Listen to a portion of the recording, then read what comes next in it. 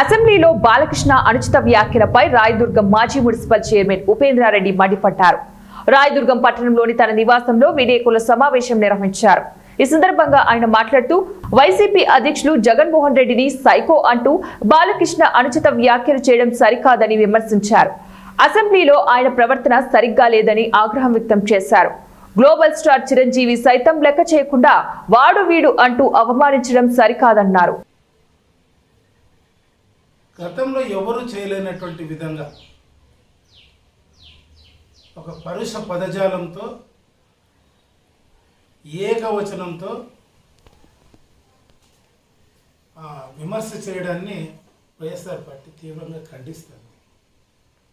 ఒకసారి బాలకృష్ణ గారు దయచేసి ఈరోజు కాదు, మీ గత చరిత్ర ఒక్కసారి చూస్తే గతంలో మీ ఇంట్లో కాల్పులు జరిగినాయి.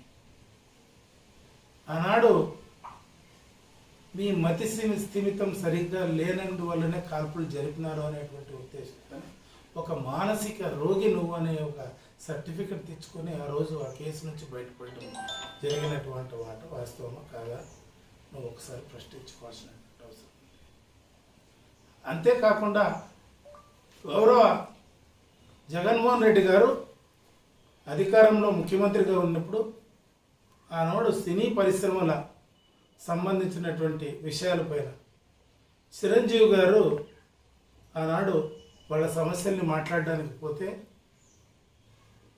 ఈవెన్ కోవిడ్ టైంలో కానీ వాళ్ళకి అవకాశం ఇచ్చి వాళ్ళతో సాదరంగా అతన్ని ఆహ్వానించి చిరంజీవి గారిని భోజనాన్ని కూర్చోబెట్టి భోజనం చేసేటువంటి టైంలోనే చిత్ర పరిశ్రమకి వస్తున్నటువంటి సమస్యల గురించి బాగా మాట్లాడి స్పందించినటువంటి విషయము, వాళ్ళకి సానుకూలంగా